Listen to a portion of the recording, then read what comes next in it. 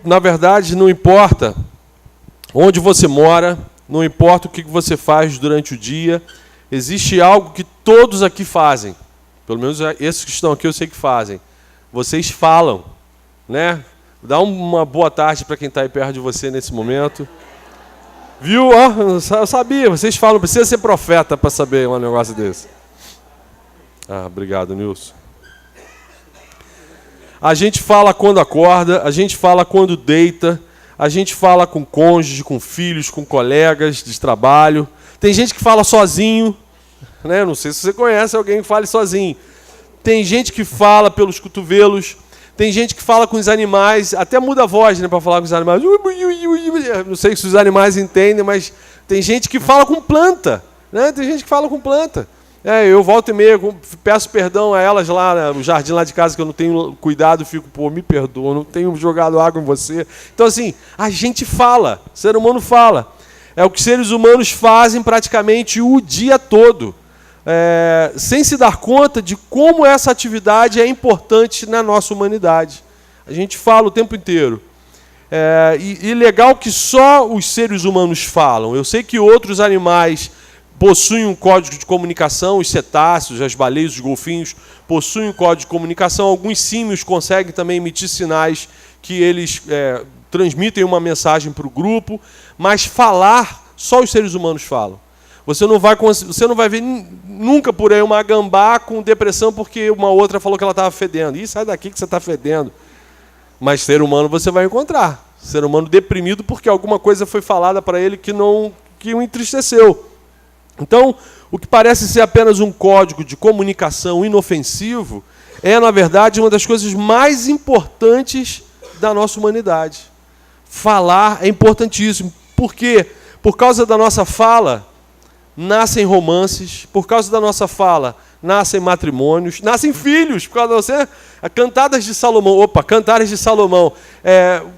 São falas. A pessoa está falando ali e vai se namorando, a outra vai ficando apaixonada. Pelo quê? Muito mais pelo que está sendo falado do que propriamente pela figura que está falando. Então, falar é algo poderoso, porque falar é um atributo divino. O nosso Deus é um Deus que fala, é um Deus que se comunica através da fala. Quando nós falamos, nós deveríamos transmitir a divindade da nossa relação com Deus. Deus é um Deus que fala. A primeira coisa que Deus fez foi, olhando, antes de iniciar a criação, ele disse, haja luz. Ele deu ordem, foi tudo. Todas as coisas foram criadas através da fala. Deus falando. E aí, quando Deus cria o homem, a primeira coisa que Deus... Gênesis 1, 28 diz aqui, e Deus os abençoou e lhes disse. Deus falou com o homem. Sejam férteis, crescei, multiplicai-vos, subjugai a terra. E Deus vai falando com o homem. Então, Deus criou a fala justamente para isso. Para que a gente se comunicasse, e através dessa comunicação, a gente transmitisse para o outro aquilo que a gente adquire na nossa relação com o Deus que fala. Gênesis 1, o mundo da comunicação era um mundo de paz. Nessa época aqui, Gênesis 1 e 2, a comunicação, a fala entre os seres humanos, era uma fala que transmitia paz. Se você for ler, a galera que está fazendo a leitura bíblica já passou por esses 2 capítulos aqui, nós já estamos em Gênesis. Uma porção de gente em 15. Então, em Gênesis 1 e 2, você vai ver que o homem, quando fala, a fala dele transmite paz. Quando Deus cria a mulher, ele fala, osso dos meus ossos, carne da minha carne, e depois vai para o Love Story, né? E tudo através da fala. Deus revela a si mesmo o seu plano, o seu propósito, através da fala.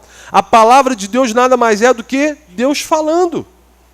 Você quer algumas pessoas, né? Aqui ninguém tem essa crise, mas alguns crentes por aí vivem uma crise. Qual é a vontade de Deus para a minha vida? Meu irmão, já leu a Bíblia? Né? Deus vai falar com a vontade dele para a sua vida. Está tudo explícito. Deus é um Deus que fala. Mas a gente já percebeu como que a queda afetou a nossa comunicação. Antes da queda, como eu falei para vocês, o homem fala para a mulher, carne da minha carne, ossos de meus ossos. E depois da queda? Depois da queda, a comunicação ficou absolutamente alterada. Que o homem fala para Deus, a mulher que tu me deste, esse troço que veio do Paraguai, com defeito, com problema, é que criou essa banzeira que está acontecendo agora. Aquele negócio de ossos, meus ossos, carne da minha carne, acabou. Aquela comunicação que transmitia paz, que transmitia doçura entre os seres, acabou. Ou seja, a queda degenerou o nosso relacionamento com Deus, com o próximo, com a criação e degenerou a nossa fala. Depois de Gênesis 3, o ser humano não consegue mais se comunicar, não consegue mais falar com o seu próximo da forma como Deus criou para que acontecesse. Então, quem dentre nós nunca foi ferido pelas falas de uma outra pessoa? Dependendo da idade que você tenha, com certeza você já se arrependeu de ter falado alguma coisa para alguém. Quem dentre nós pode falar que minhas palavras são sempre adequadas? Eu só abro a boca na hora certa e eu só falo da maneira correta. Ninguém fica triste, nem escandalizado, nem magoado com as coisas que eu falo. Quem aqui pode falar isso? Às vezes as crianças, ainda na tenra idade, falam coisas que magoam seus pais. Eu não queria ter nascido nessa casa, não queria que você fosse meu pai. Só eu que ouvi isso, né? Ninguém mais aqui ouviu isso. Glória a Deus. Então, a nossa forma de falar uns com os outros também precisa de redenção. Às vezes a gente fica preocupado com tantos setores da nossa vida, de apresentar diversas áreas da nossa vida para o Senhor redimir, para o Senhor consertar, mas a nossa fala é uma das áreas mais importantes da nossa vida e que precisa de redenção. Jesus não veio só salvar a nossa alma, Jesus veio redimir o homem todo. E a nossa fala, a nossa comunicação precisa ser redimida. A forma como eu falo com o meu próximo, com o meu semelhante, precisa de redenção. Precisa que Jesus salve, cure, liberte a minha língua dos grilhões do pecado. O Evangelho de Cristo é o próprio Cristo, é a esperança para a nossa palavra, para a nossa forma de falar. Jesus é a fala de Deus que se fez carne. O apóstolo João não diz isso? No princípio era o verbo e o verbo se fez carne. A fala de Deus, o haja luz, é Cristo. Então, sem Jesus, a nossa comunicação com o outro pode sofrer muitas distorções, muitos ruídos.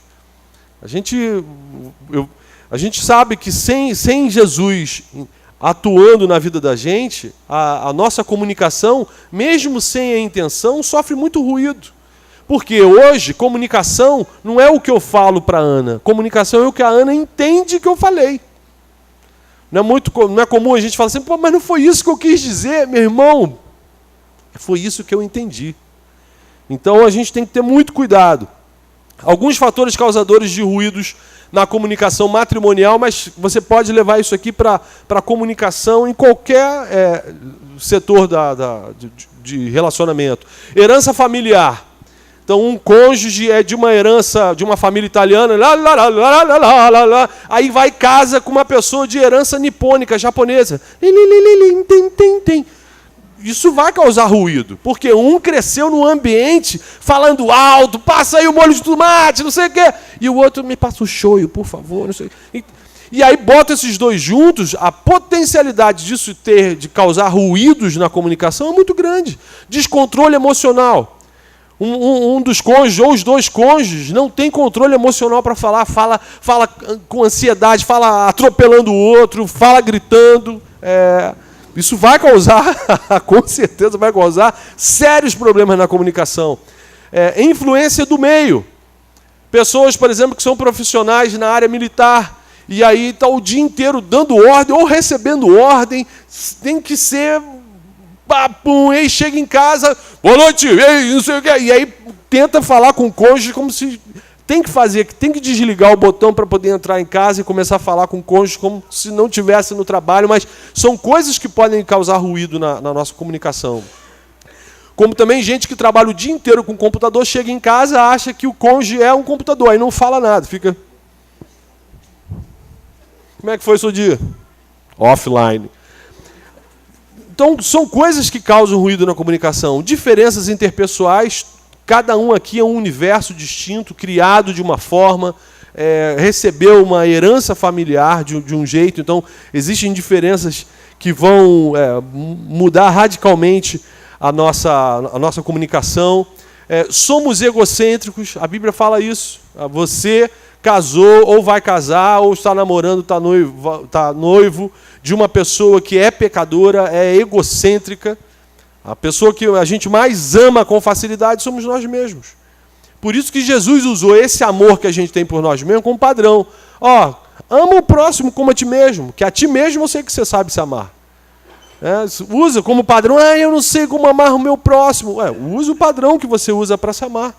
Ama o teu próximo como a ti mesmo. Tá? Vai dar tudo certo. Porque nós somos egocêntricos. E uma patologia psiquiátrica instalada na vida de alguém que você está tentando travar a comunicação pode suscitar um ruído, uma dificuldade. A pessoa está debaixo de um quadro de ansiedade, de um surto emocional, e você não vai conseguir desenvolver uma fala saudável com uma pessoa que está debaixo de uma patologia psiquiátrica. Então, olha a quantidade de fatores que podem causar ruídos na nossa comunicação após a queda. Falar demasiadamente, né? Eu não falei para vocês no início, tem gente que fala pelo cotovelo, faz uma experiência, bota o esparadrapo no seu cônjuge, se ele não falar pelo cotovelo é normal. Mas tem gente que mesmo com a boca fechada fala pelos cotovelos, porque fala demasiadamente. Isso vai causar problemas na comunicação interpessoal. A minha doce mãezinha sempre me falou que quem muito fala, muito escuta. Então, a pessoa que fala muito corre o risco de escutar muito também. Exageros no diálogo, você tem que ter cuidado com isso. Expressões como, você nunca vai mudar. Gente, nunca é muito tempo. Se você está... nunca é muito tempo, é pesado. Você sempre faz assim. Então, quando a gente usa esses exageros na hora que está conversando com uma outra pessoa, a gente vai causar problemas na comunicação, a gente vai dificultar a nossa fala, a nossa comunicação com outra pessoa. Adjetivos depreciativos. Chamar um cônjuge de idiota, de imbecil, de palhaço. Como que você vai conseguir desfrutar de um relacionamento saudável com alguém que foi separado por Deus para ficar, para te abençoar, para estar contigo, se você chama essa pessoa de idiota? Em primeira análise, quando um cristão chama o seu cônjuge de idiota, de imbecil, de qualquer adjetivo depreciativo, ele está pecando contra Deus, ele está pecando contra o Espírito Santo, porque está falando que Deus foi leviano de ter colocado aquela pessoa naquele estado de imbecilidade ali para ficar do seu lado. Então isso é inadmissível na comunicação entre dois seres humanos que se dizem caminhando com Jesus. Nervosismo na comunicação. Você querer conversar com o outro nervoso. Se calmo já é difícil a gente falar com a outra pessoa, meu irmão, nervoso não fala nada, simula um desmaio, é melhor. Né? Simula um ataque epilético, um desmaio, uma dor de barriga, mas falar nervoso, não. Lembra disso. Bate com a cabeça na parede, chora, pensa na morte de um ente querido, mas não fale, não converse se você estiver nervoso. E outra coisa, no meio de uma conversa, desenterrar mortos. Alguém aqui é coveiro? Até porque coveiro enterra, não desenterra, né? Não tem que desenterrar. Sabe o que é desenterrar mortos na comunicação? É quando você fica falando de coisas que já deveriam ter sido esquecidas. Quando você fica tocando em pontos, em assuntos que, em tese, você disse para o seu cônjuge que já tinha esquecido, que já tinha perdoado, que eram águas passadas, e aí a pessoa lembra da data, da hora e até da roupa que você estava usando no dia que você fez e falou o negócio que não era para ter falado. Qual é o problema do morto? Morto fede. Morto fede. Você vai mexer em coisa morta? Não faça isso. Isso vai causar problema na nossa comunicação. Então, a gente precisa ter isso bem ajustado no nosso entendimento. Nossas palavras edificam ou matam o nosso casamento. E a gente pode levar isso para qualquer outro relacionamento. Nossas palavras edificam ou matam as nossas amizades, o relacionamento com os nossos filhos. Olha o que diz a Provérbio 18, 21. A língua tem poder sobre a vida e sobre a morte. Os que gostam de usá-la comerão do seu fruto. Isso é muito sério. Olha a advertência que a palavra de Deus, ou seja, a fala de Deus, está passando para a gente. Quem é cuidadoso no que fala, evita muito sofrimento. Então, se vocês tiverem oportunidade, anotem essas passagens bíblicas. Eu não sei se está sendo filmado. Está sendo filmado. Então, depois você assiste novamente, pega essas passagens. Porque isso aqui é Deus falando com a gente. Olha só, cuidado com a forma, com o jeito que vocês falam um com o outro. As consequências podem ser catastróficas. Nosso jeito de falar está intimamente ligado à nossa intimidade com Cristo.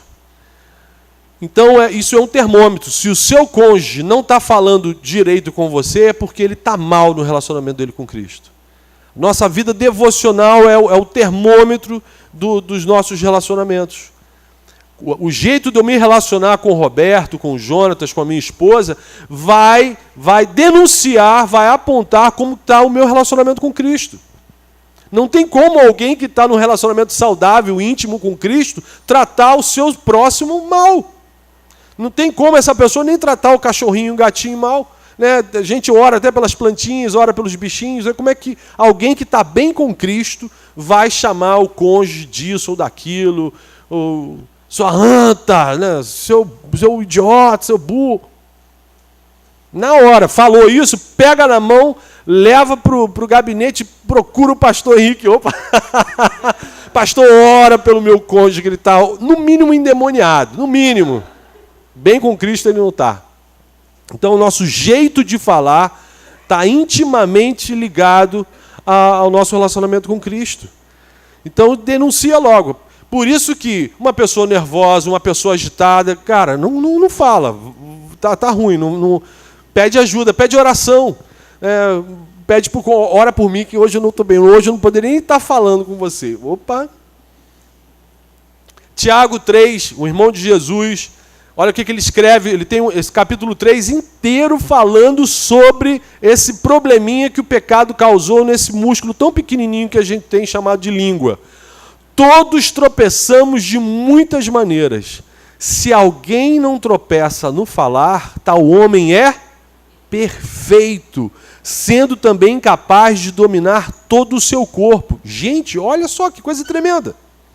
Tiago está falando, o ser humano tropeça de muitas maneiras. Sexo, droga, rock and roll, poder, dinheiro.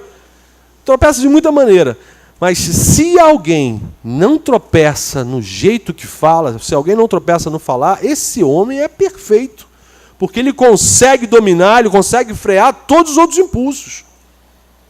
E aí no versículo 9 e 10 ele diz: com a língua bendizemos ao Senhor e Pai, e com ela amaldiçoamos os homens feitos à semelhança de Deus. Da mesma boca procedem bênção e maldição. Meus irmãos, não pode ser assim. Como que alguém que está andando com Cristo, que está sendo redimido, que está sendo restaurado, que está sendo dia após dia transformado em imagem e semelhança de Cristo, com a mesma boca que louva o Senhor, amaldiçoa o irmão? Com a mesma boca que canta essas músicas lindas aqui na Oceânica, murmura contra o irmão? Aí Tiago está falando, meus irmãos, não pode ser assim. Isso é no mínimo uma insensatez. É loucura. Então, aí Tiago fala, se o que está faltando para dominar a nossa fala, a nossa língua, é sabedoria, peça isso ao Senhor. Se algum de vocês tem falta de sabedoria, peça a Deus, que a todos dá livremente, de boa vontade, e lhe será concedida. Nós não somos obrigados. Às vezes eu vejo alguns irmãos, alguns casais, numa crise de ansiedade tremenda, porque está tendo dificuldade mesmo no relacionamento, mas nós não somos obrigados a saber tudo.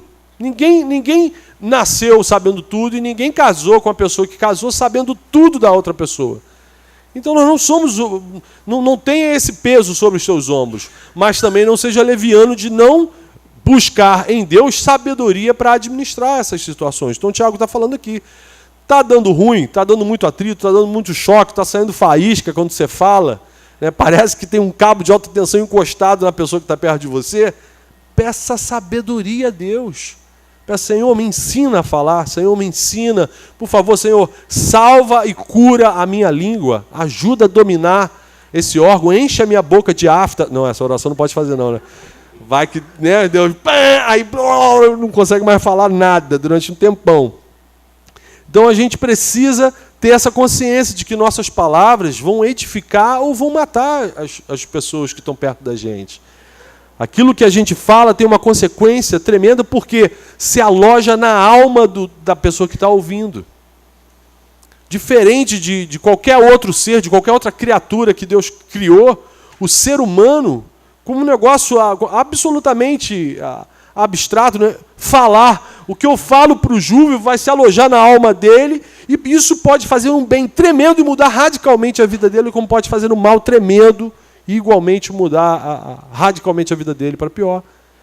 Por quê? A fala é um atributo divino, é a imagem e semelhança que nós recebemos de um Deus que fala, de um Deus que se comunica.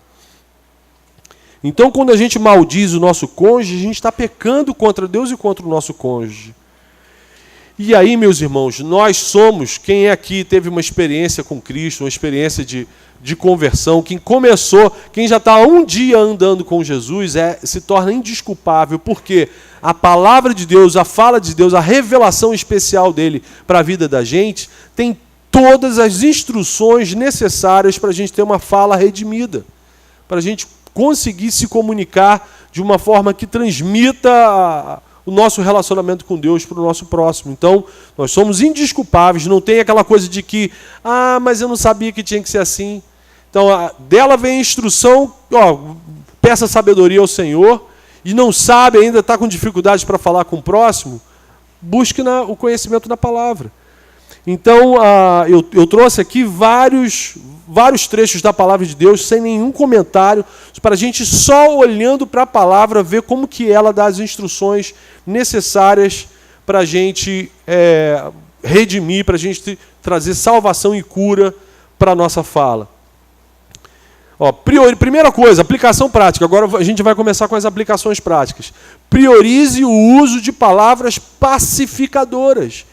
Jesus não falou no Sermão do Monte, bem-aventurados os pacificadores. Então a gente precisa ser pacificador o tempo todo. Isso começa dentro da nossa casa com a pessoa que está mais próxima da gente. Normalmente o cônjuge é o próximo mais próximo da gente. Então a gente precisa priorizar palavras pacificadoras. A gente não pode falar de qualquer jeito, de qualquer forma. Provérbio 16, 24. As palavras agradáveis são como um favo de mel, são doces para a alma e trazem cura para os ossos. Quem guarda a sua boca, guarda a sua vida.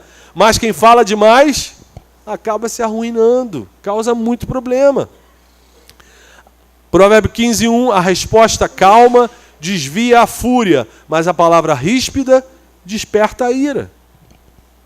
Quantas vezes não aconteceu isso? Você está até ali se segurando, contando até 10. Não, Senhor, hoje eu vou me controlar. Senhor, hoje eu vou me controlar, eu não vou responder de forma... Aí a outra pessoa começa... mas você sempre é assim. Aí agora chega. Aí dá um Hadouken no peito da pessoa. Por quê? A palavra dura, ríspida, suscita a ira. E aí... aquela casa abençoada por Deus espanta até Satanás, porque vira um inferno. Tudo por causa da fala. O falar amável é árvore de vida. Olha as referências bíblicas que nos apontam para isso. Então, a primeira aplicação, a primeira coisa que a gente precisa prestar atenção é: minhas palavras precisam ser pacificadoras. Qualquer circunstância que aconteça, é uma buzinada no trânsito, é uma fila na igreja. Fila em igreja é um negócio maravilhoso para testar a nossa intimidade com Cristo, né? Retiro, quarto lotado, banheiro impregnado, né, do pedaço do seu irmão ali dentro do boxe, aquelas coisas ali que só Jesus para redimir. Só Jesus mesmo, né, guerreiro? Aí é hora da gente experimentar se de fato a minha palavra é pacificadora, né? Segunda aplicação: ouça antes de responder. Dá uma olhadinha para a pessoa ao seu lado, verifica se ela tem 2 orelhas. Olha, tem 2 orelhas. Por que isso? Por que isso? Porque Deus quer que você ouça mais do que você fale. A gente só tem uma boca. Ainda bem, Senhor, que eu só tenho uma boca. Você imagina uma falando e outra comendo. Que desespero que ia ser. Pelo menos na hora de comer eu paro de falar. Né? Então a gente só tem uma boca, mas 2 orelhinhas. Que é para o quê? Ouça antes de responder. Ouça antes de falar. O justo pensa bem antes de responder. Então você está sendo arguído, a pessoa está falando, mandando uma porção de letra para você, uma porção de questionamento, uma porção de pergunta. Pense bem antes de falar, porque quando você abrir a boquinha, meu irmão, não dá para pegar mais nada. Sabe aquela frase que você fala e não consegue pegar, não consegue pegar. Então qual é a instrução da Bíblia? O justo pensa bem antes de responder. Você já viu alguém que se precipita no falar? Há mais esperança para o insensato do que para ele. Olha que frase séria. Você já ouviu alguém que se precipita no falar? Há mais esperança para um louco do que para uma pessoa que é precipitada no falar. Somos indesculpáveis, meus irmãos. Isso aqui está tudo na Bíblia. Mais uma vez, o irmão de Jesus, Tiago, falando: meus amados irmãos, tendo isto em mente, sejam todos prontos para ouvir, tardios para falar e tardios para irar-se. Tiago sabia que dependendo do que você ouve, você vai se irar, não tem jeito, você vai se irar. Mas se você se segurar, isso vai levar mais tempo. Né? Você vai se beliscando, vai se apertando, né? Cria alguma tática, alguma estratégia para você ir se controlando. Mas ouça bem antes de abrir a boquinha, ouça bem, ouça. E quando abrir a boquinha, primeira aplicação, palavras pacificadoras. Terceira aplicação, só falem com calma. Só fale com calma. Se você estiver nervoso, não fale. Se você não sabe o que falar, não fale. Se você está despreparado, se você não fez a sua lição, não leu a passagem bíblica que tinha que ter lido, não fale.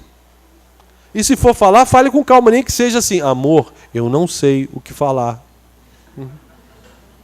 Amor, o pastor falou para eu não falar nada, que eu não sei o que eu vou falar, eu não sei o que eu vou falar. Então, a resposta calma desvia a fúria, mas a palavra ríspida desperta a ira. Então só fale se você estiver calmo. Você já pode até, para a pessoa se humilhar: olha só, o pecado fez um estrago na minha vida, eu tenho dificuldades intelectuais, eu tenho emborrecimento causado pelo pecado, estou com dificuldade para expressar meus pensamentos, deixa eu ficar quietinho agora. Se você conseguir falar isso tudo, já vai ser bênção, né? Tem gente que quando começa a falar já recebe um mover, um poder e perde até a fala. Tem que ter cuidado. Mas só fale com calma. Espere o momento certo. Espere o momento certo.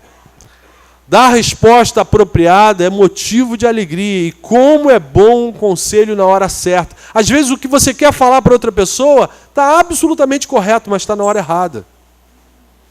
Às vezes o tom da voz que você está usando está errado. Meus irmãos, hoje em dia esse negócio do WhatsApp é uma bênção, mas também é uma maldição. A quantidade de atendimento, de problema que eu tenho que ajudar a resolver por causa de WhatsApp. Porque o WhatsApp não tem tom de voz, a não ser aquelas pessoas que gravam, né? Mas se você digitou o negócio ali, a pessoa que está lendo, ela não sabe de que jeito que você escreveu aquilo ali. Escreveu com raiva, escreveu alegre, escreveu pensativo. Por isso que hoje em dia eu boto pontinho de exclamação, bichinho, passarinhos cantando, para a pessoa entender assim: ah, ele está amiguinho comigo, ele é amiguinho, amigo. Porque já teve um irmão que eu mandei uma mensagem, fiz o negócio errado, eu estava dirigindo, né? Os anjos, tudo assim, e eu, e aí, pô, mandei. Aí a pessoa vai e me liga: você está chateado comigo? Eu falei: não, meu irmão, eu estou dirigindo. Não, você não mandou um ponto de exclamação, não botou nada depois do final da frase. Eu falei: meu Deus, me dá um remédio, Senhor, me dá um remédio. Por quê? Você tem que saber falar na hora certa, do jeito certo, do momento certo. Por quê? Comunicação é o que o outro entende, não é o que você está falando. Então, dar a resposta na hora certa é maravilhoso. A palavra proferida no tempo certo é como frutas de ouro incrustadas numa escultura de prata. Olha, não sei nem o que é isso, mas deve ser um negócio valiosíssimo. frutas de ouro incrustadas numa escultura de prata. Palavras proferidas no tempo certo, ou seja, são de um valor inestimável, imensurável. E como é difícil, meus irmãos, é um desafio para nós, seres humanos, falar a coisa certa, com calma, de forma pacificadora, no momento certo. Porque muitos se tornam reféns dessa frase aqui, ó, apaciguem a sua ira antes que o sol se ponha. Eu ouço muitos casais falando isso. Não, eu não durmo enquanto a gente não conversar sobre isso. Meu irmão, onde que está isso escrito na Bíblia? Quais foram os versículos todos que a gente veio lendo até agora? Fale na hora certa, fale do jeito certo, fale de forma pacificadora. E aqui está dizendo aqui, ó, quando vocês ficarem irados, não pequem. Se você for falar irado, o que você vai fazer? Você vai pecar. É a coisa mais fácil que a gente sabe fazer. Você nem precisa fazer força. Piscou o olho, você peca. Então, Efésios, Paulo está falando para a igreja em Éfeso, quando vocês ficarem irados, não pequem. Apaziguem a sua ira antes que o sol se ponha. O que Paulo está querendo dizer com isso? Não empurre o problema com a barriga. Você tem que primeiro apaziguar a sua ira para depois você conversar. Só inicie uma conversa que você tenha condição de terminar. Aí, normalmente, os cônjuges estão com alguma questão engasgada durante o dia e botam as crianças para dormir e dá lá 11h55 da noite, o cara está se deitando, fazendo de conta que ela esqueceu. Ela, nós precisamos conversar, hein? Meu irmão. Aí o cara vai vendo assim, 11h55, meia-noite 55, 2h50. Ele tem que dormir. Então, qual é a instrução que eu daria? Conversem no sentido de que, olha só, a gente precisa conversar sobre essa questão. A gente precisa sentar e conversar sobre isso, isso e isso. Mas não façam isso na hora de dormir. Vocês vão conseguir resolver uma demanda em 5, 10 minutos? Meu conselho pastoral, marque num restaurante legal, num local público. Verdana. Pode até me chamar, para eu ficar de longe, assim, olhando. Assim, para ver. Marca num local público, para vocês conversarem. Aí vocês vão apaziguar a ira. Agora, conversar no quarto com as crianças do outro lado ouvindo, né? Falando, meu Deus, o que está acontecendo? É MMA, é não sei o quê, é barulho de objeto voando, os pais gritando. Hoje deve estar matando um demônio dentro daquele quarto ali. E não vai resolver o problema, não vai resolver o problema. Por quê? Estão irados, não tem palavras pacificadoras, não tem resposta certa na hora certa, não tem como dar certo, não tem como dar certo. Então, quando vocês ficarem irados, não pequem. Quinta aplicação prática. Essa acho que é a mais difícil de todas, não?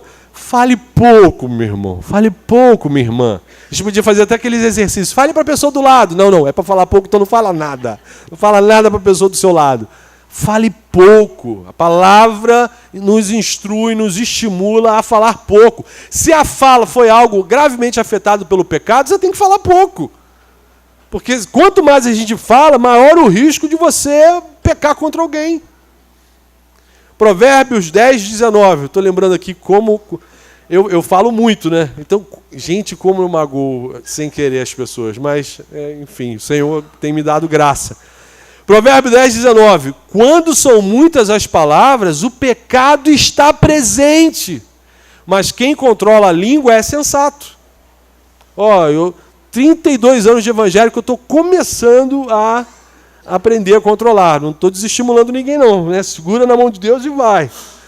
Uma mão segura a mão de Deus, outra mão segura a língua e vai. Quem guarda a sua boca, guarda a sua vida, mas quem fala demais acaba se arruinando. Então, qual a lição? Fale pouco.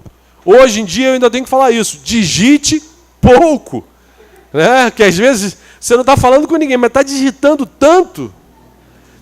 E a fala ainda tinha uma particularidade, né? Quando você fala, não tem como uma pessoa segurar, registrar, não tem como depois apresentar aquilo ipsilítere para um outro interlocutor. Mas quando você digita, a pessoa chega assim, ó, pastor está aqui, ó, tudo que ele escreveu para mim, ó.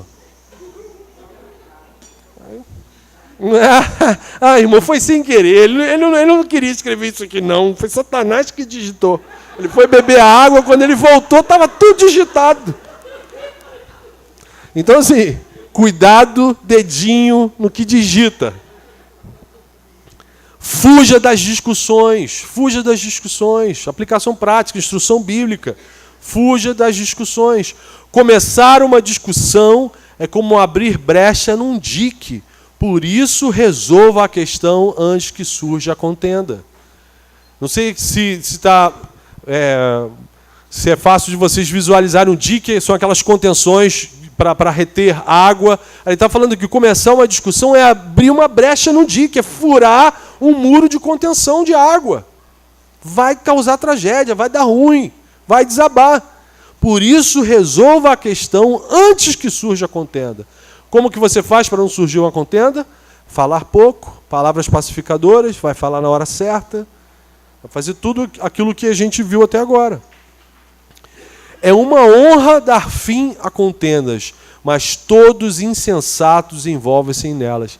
Então, gente que gosta de discussão, bater boca, não, isso não vai ficar assim não. A Bíblia está chamando você de insensato, bobão. Na tradução mais branda para o português é isso. Você é um bobão. Bom amor, mas é um bobão. Vai discutir. O que a discussão vai gerar? Contenda. Mas eu estou com a razão. Meu irmão, entre dormir com a razão e com o seu cônjuge, imagina, é melhor dormir com o seu cônjuge, né? Principalmente se ele tomou banho, está cheirosinho, olha só que benção. Agora, não, vou dormir na sala, mas eu estou com a razão. Insensato, bobão. É melhor, coitado da razão. Vai ter que dormir com aquele cara mal-humorado na sala. Então é uma honra dar fim a contendas, mas todos os insensatos envolvem-se nelas. Fale somente o que edifica. Fale somente o que edifica. O que a Bíblia está falando? Se o que você vai falar não edifica, não vai colocar a outra pessoa que está ouvindo bem para cima, abençoada, cara, não fala nada. Não fala nada. Peça perdão, diga que você não sabe o que falar, que você não tem o que falar naquele momento. Não fica naquele silêncio mórbido, não, que aquilo também é falta de respeito. Tá a pessoa falando com você, não está nem aí. Quem pode jogar um negócio, que de repente o irmão, a irmã está no estado de animação suspensa, você pega a sua Bíblia, para não machucar, uma NVI robusta, e joga na pessoa, para ver se a pessoa... pensei que você estava mudo. Mas assim... é para falar somente o que edifica. Efésios 4. Nenhuma palavra torpe saia da boca de vocês, mas apenas... Dá outra possibilidade? Não, né? Mas apenas a que for útil para edificar os outros, conforme a necessidade, para que conceda graça, favor não merecido aos que a ouvem. Olha que instrução poderosa. Nenhuma palavra torpe saia da boca de vocês. Apenas aquilo que for edificar o outro, que for ser gracioso, que for abençoar a outra pessoa. Olha como que Paulo relaciona a nossa fala com o pecado contra o Espírito Santo. Não entristeçam o Espírito Santo de Deus, com o qual vocês foram selados para o dia da redenção. E aqui eu não estou falando daquele pecado contra o Espírito Santo imperdoável que Jesus... Não, espera depois para fazer a pergunta no grupo do WhatsApp que o Jonas, o pastor Henrique, vai responder o que é isso aí. Lá fora ele responde. Então, não entristeça o Espírito Santo, ou seja, a forma como eu uso a minha fala vai entristecer diretamente o Espírito Santo, com o qual vocês foram selados para o dia da redenção.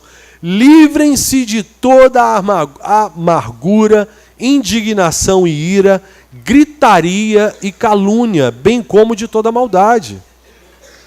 Meus irmãos, como é triste, deprimente, famílias cristãs que dão às vezes péssimo testemunho para os vizinhos, porque os vizinhos ouvem eles gritando e não foi gol de time nenhum. Não foi medalha de ouro em nenhuma Olimpíada, e está aquela família que domingo vai para a igreja e durante a semana está uma gritaria. Até o diabo tem medo de passar perto daquela casa, porque vai sobrar para ele. Então livre-se de toda amargura, indignação, ira, gritaria, calúnia. O que é calúnia? É falar coisa que é inverdade do outro. Bem como de toda maldade. Isso não pode existir no meio de pessoas que são a habitação do Espírito Santo. Pessoas que foram compradas por Jesus Cristo. Isso não pode acontecer. Aconteceu? Senhor, me perdoa. Senhor, me ajuda. Igreja me ajuda. Célula me ajuda. Pastor me ajuda. Eu não estou conseguindo controlar a minha fala, a minha boca. Aí tem umas facas afiadas aqui, a gente ora antes, passa na sua língua e você vai conseguir controlar. Nessa parte, depois o Jonatas tem que editar, né? As pessoas vão assistir isso, vão pensar o quê? Fascista, não sei o quê. Aí, ainda bem que eu cheguei aqui, perdoe o seu próximo, perdoe o seu próximo. Se a minha ilustração não foi abençoadora, perdoe o seu próximo. Efésios 4:32. Sejam bondosos e compassivos uns para com os outros. Gente, seja paciente com o teu próximo.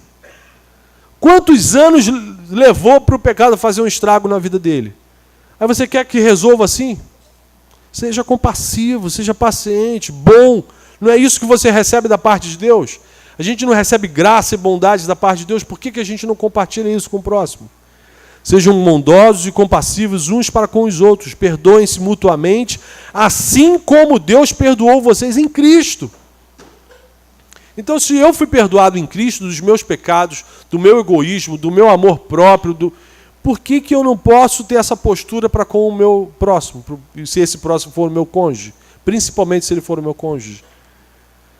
Colossenses 3,13, suportem-se uns aos outros. E eu vou logo explicando, esse suportem-se aqui é no sentido de dar suporte, de dar apoio. Não é assim, suporte-se, ai que saco. Não é nessa ilustração. Suportem-se no sentido de dar suporte, de dar apoio. Suportem-se uns aos outros e perdoem as queixas que tiverem uns contra os outros. Perdoem como o Senhor lhes perdoou. Então Deus não está não está fazendo de conta que que o nosso jeito de falar não magoa a gente. Magoa, entristece sim. Só que faça de tudo para você perdoar a outra pessoa. Dá uma força. É óbvio, tem toda uma estrutura para a gente resolver também conflitos. Isso aconteceu duas, não está ocorrendo nenhuma demonstração de arrependimento, aí tem uma série de outras passagens bíblicas que vão ajudar a gente a resolver a contenda. Mateus 18, chama a pessoa a sós, conversa com ela, não teve resolução do conflito, chama 2 ou 3 para estarem contigo. Mas, no que depender da gente, perdoa o outro, perdoa. Lucas 17:3, tomem cuidado, se o seu irmão pecar, repreenda-o, e se ele se arrepender, perdoe-lhe. Se pecar contra você 7 vezes no dia e 7 vezes voltar a você e disser, estou arrependido, o que está escrito ali? Perdoe-lhe. Meu irmão, perdoe-lhe. Não tem desculpa para a gente ficar arrastando o problema, para a gente ficar brincando de tô de mal com você. Só falo com você quando você me pedir perdão, de joelho, não sei o quê. Gente, isso não existe no nosso reino. Que o Tiago falou, essas coisas com vocês não podem acontecer. Então, se 7 vezes no dia a pessoa voltar e falar, estou arrependido, a gente tem que perdoar. Só fale a verdade em amor. Às vezes algumas pessoas se gabam, eu falo tudo na cara, mas se não é amor, meu irmão, não adiantou nada, não tem nenhum mérito, não é nada honroso, é estupidez gratuita falar com a verdade sem amor. Portanto, cada um de vocês deve abandonar a mentira e falar a verdade ao seu próximo, pois todos somos membros de um mesmo corpo. Então, a gente precisa abandonar a mentira, falar a verdade ao seu próximo, e tudo em amor. Não mintam uns aos outros, visto que vocês já se despiram do velho homem com as suas práticas. A gente tem que falar a verdade em amor, não pode mentir e não pode mais fazer coisas que a gente fazia quando não conhecia Jesus. Fale a verdade, mas essa verdade tem que ser falada com amor. E a última aplicação, hoje eu fugi totalmente a um sermão calvinista, 3 pontos, tem 10 pontos aqui. Não pague a ninguém mal por mal. Não é porque você ouviu algo que te desagradou que você vai devolver na mesma moeda. Porque depois de um mínimo de convivência, a gente sabe o que eu posso falar que vai magoar o outro. A gente sabe. Então, me falou isso, então vou devolver com isso aqui, com uns toques ainda de urânio, enriquecido, que é para derreter a outra pessoa quando ouvir. Então, olha lá. Não retribuam a ninguém mal por mal, procurem fazer o que é correto aos olhos de todos. Quando insultado, agora o apóstolo Pedro falando de Jesus. Se Jesus é o nosso paradigma, é quem a gente tem que imitar, olha o que Pedro fala de Jesus. Quando insultado, não revidava. Jesus não revidava. Quando sofria, não fazia ameaças. Vou me separar de você, vou para casa da mamãe, vou pular a janela. Então pula agora. Não faz isso agora não. Apaga da gravação. Jesus não revidava. Jesus não revidava. Jesus não fazia ameaça. Jesus não usava palavras que sabia que ia machucar a outra pessoa. Mas entregava-se àquele que julga com justiça. Quem é que julga com justiça? Nosso Deus. O Deus da justiça. Então, a gente tem toda uma estrutura apresentada na palavra de Deus para ajudar a gente a redimir a nossa fala. Irmãos, Cristo veio, a palavra se fez carne, a palavra nos salvou, a palavra nos libertou e a palavra nos cura. Se estamos tendo dificuldades no nosso falar, a gente pede cura para Jesus. Jesus me cura o meu jeito de falar. Que a minha boca seja fonte de bênção para a vida das pessoas, que eu fale coisas que edifiquem. Se eu não souber o que falar, Senhor, cala a minha boca, Senhor, me trava, me fecha. Jesus viveu, morreu, ressuscitou por nós. Jesus nos proporcionou perdão. Jesus nos proporciona cura. Então é só a gente se chegar para a cruz, se chegar perto de Jesus e lançar mão dos recursos que Ele gratuitamente, graciosamente apresenta para a gente. Amém? Dúvidas? Eu ia falar isso no início, esqueci de falar. Alguém quer fazer alguma pergunta, compartilhar, algum comentário, algum testemunho, alguma mudez que foi abençoadora na sua vida?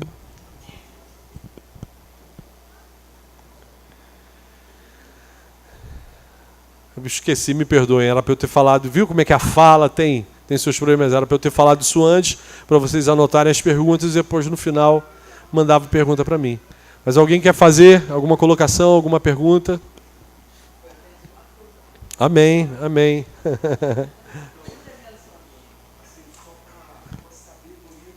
Profunda, com certeza.